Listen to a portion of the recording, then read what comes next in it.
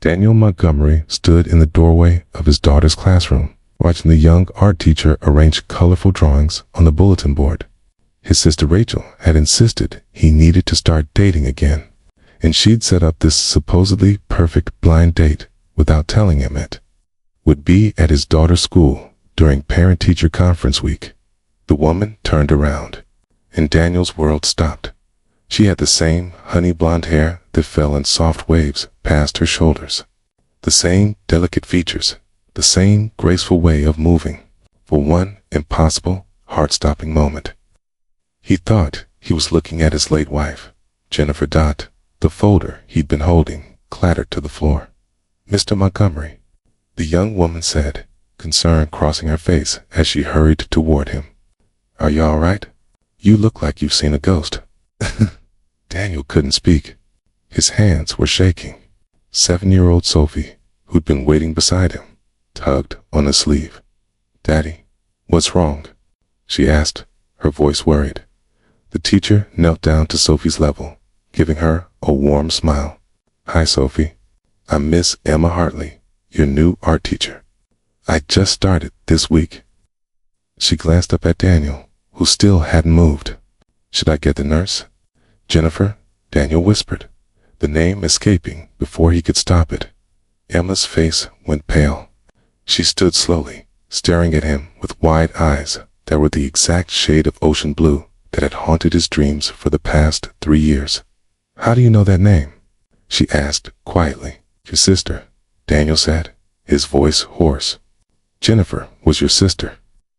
Emma took a step backward, her hand going to her throat. Daniel's heart was pounding so hard he thought it might break through his chest. "Jennifer was my wife. She died 3 years ago. Car accident." The color drained completely from Emma's face. She grabbed the edge of a desk to steady herself. "That's not possible. Jennifer and I were separated at birth. I only found out I had a twin sister 6 months ago, and I've been searching for her ever since. I came to this town because the adoption records said she grew up here." Sophie was looking between them with confusion and growing distress. "That lady looks like the pictures of Mommy." Daniel scooped his daughter into his arms, trying to process what was happening. This wasn't his wife. This was Jennifer's twin sister. A sister Jennifer had never mentioned because she clearly hadn't known she existed. "I'm sorry," Emma said, tears streaming down her face now. "I should have introduced myself differently. I had no idea. When Rachel called and said she wanted to set up her brother with someone, I thought it was just a normal blind date. She never mentioned that you were a widower. She never mentioned your wife's name." Daniel felt like he was drowning. His sister Rachel didn't know what Jennifer looked like. They'd never met. Rachel lived across the country and had only moved back to town last year, long after Jennifer's death. She'd only seen a few photos, never in detail.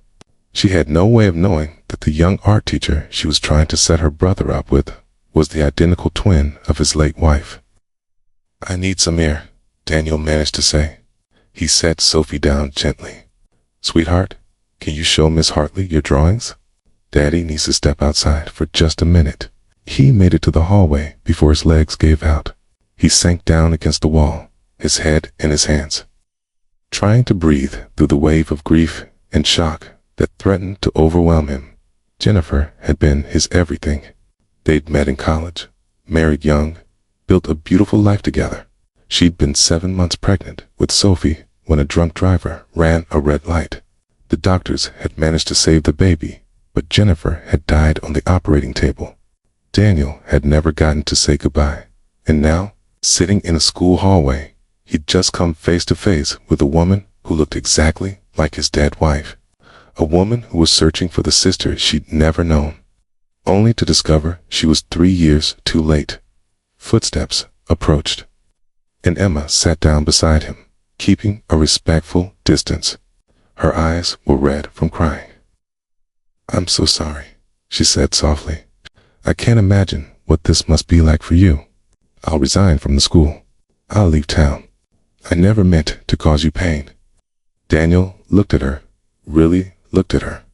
Now that the initial shock was wearing off, He could see the small differences. Emma's hair was slightly longer than Jennifer had worn hers. There was a small scar above her left eyebrow. Her voice was similar but had a different cadence, a gentler quality. "Don't resign," Daniel said quietly. "Sophie loves art. She needs good teachers. And this isn't your fault. Neither of us could have known. Can you tell me about her?" Emma asked hesitantly. "About Jennifer. I've been searching for so long, trying to find out where I came from, who I was connected to. I never imagined I'd discover I had a twin, only to learn I'd lost her before we ever got the chance to meet." They sat in that hallway for an hour while Daniel told Emma about Jennifer. He told her about her sister's infectious laugh, her terrible singing voice that she inflicted on everyone anyway, her passion for photography, the way she cried happy tears when she found out they were having a baby.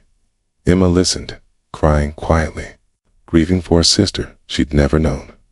"She sounds wonderful," Emma said, when Daniel finally fell silent. "I wish I could have met her." "She would have been thrilled to know about you," Daniel said, and he knew it was true. Jennifer had grown up in foster care, always wondering about her biological family. Knowing she had a twin sister out there would have meant everything to her. They heard small footsteps, and Sophie appeared in the hallway, holding 2 juice boxes from the classroom snack station. "You both look sad," she said, offering them each a juice box with the serious expression of a child trying to help. "Juice makes me feel better when I'm sad." Emma laughed through her tears, accepting the offered drink. "Thank you, Sophie. That's very thoughtful." Sophie studied Emma's face carefully. "You really do look like my mommy. Daddy has pictures." "Your mommy and I were twins," Emma explained gently. "That means we were sisters who looked exactly alike. But I never got to meet her, and that makes me very sad." "You can meet her in pictures," Sophie offered. "And Daddy tells me stories about her all the time. He could tell you stories too." Daniel felt his throat tighten. His daughter's simple kindness, her instinct to include and comfort, reminded him so much of Jennifer. Over the next few weeks, an unusual friendship developed. Emma would stay after school sometimes, and Daniel would bring Sophie by.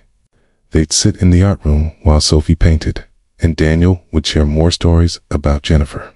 He showed Emma photos, videos, anything that would help her know the sister she'd lost. Emma, in turn, shared her own story. She'd been adopted by a loving family, but it always felt like something was missing. When her adoptive parents passed away, she'd started searching for her birth family. The records had been sealed, but she'd finally tracked down enough information to lead her to this town. "I thought maybe I'd find answers," Emma said one afternoon, watching Sophie carefully mixing colors. "I found more questions instead, and a grief I didn't even know I was supposed to feel." "She would have loved you," Daniel said quietly. "Jennifer always wanted a sister." As the months passed, something shifted. Daniel found himself looking forward to their conversations. Not because Emma looked like Jennifer, but because of who Emma was in her own right. She was quieter than Jennifer had been, more introspective. She had a way of seeing beauty in small things that reminded him to slow down and appreciate the moments he had with Sophie. Emma, for her part, found herself drawn to this small family. Sophie was a bright, creative child who filled the art room with laughter, and Daniel, despite his grief, was one of the kindest men she'd ever met. The way he honored his late wife's memory while still being fully present for his daughter moved her deeply, but the situation felt impossible. How could they ever be anything more than friends when Emma knew that every time Daniel looked at her, he must see the ghost of the woman he'd lost? One evening, Daniel's sister Rachel showed up at his house, mortified and apologetic. "I had no idea," she said, pacing his living room. "When I met Emma at that teaching conference, she seemed perfect for you. Smart, kind, good with kids. I never looked closely at her face. I never made the connection. Daniel, I'm so sorry. I wouldn't have hurt you like this for anything." "It's okay," Daniel said, and he meant it. It was a shock, but it's okay now. Are you too? I mean, is there anything? Rachel trailed off, unsure how to ask the question. We're friends, Daniel said. That's all we can be. But he knew he was lying to himself. His feelings for Emma had grown into something deeper than friendship. He loved the way she encouraged Sophie's creativity, how she remembered small details about their conversations, the gentle way she'd helped him process his grief. He loved her for who she was, not because she resembled Jennifer, and that terrified him. 6 months after their first meeting, the school held its annual spring art show.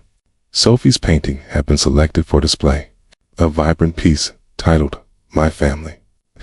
It showed 3 figures, a man, a child, and a woman with yellow hair, all holding hands in a garden full of flowers. Daniel stood in front of the painting, his heart in his throat. She talks about you like you're already family, he said to Emma, who'd joined him. I care about her very much, Emma replied softly.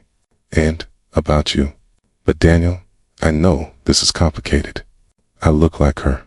How can you ever see me as just Emma, when every time you look in my face, you must see Jennifer? Daniel turned to face her fully.